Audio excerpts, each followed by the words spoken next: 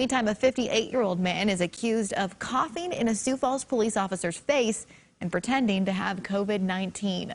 Police say Blaine Lyons was initially suspected of theft, but when an officer followed safety protocol and went to put a mask on Lyons, police say he coughed. Now he is charged with assaulting an officer, sliming and making a terroristic threat. Lyons later said he was joking and was not sick. So it's not just a matter of messing around. I mean, this is something that people could get sick from.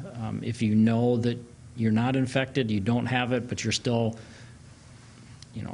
I guess, making it seem like you are, and you're intentionally doing something or threatening to do something, there could be some criminal charges that come as a result of that.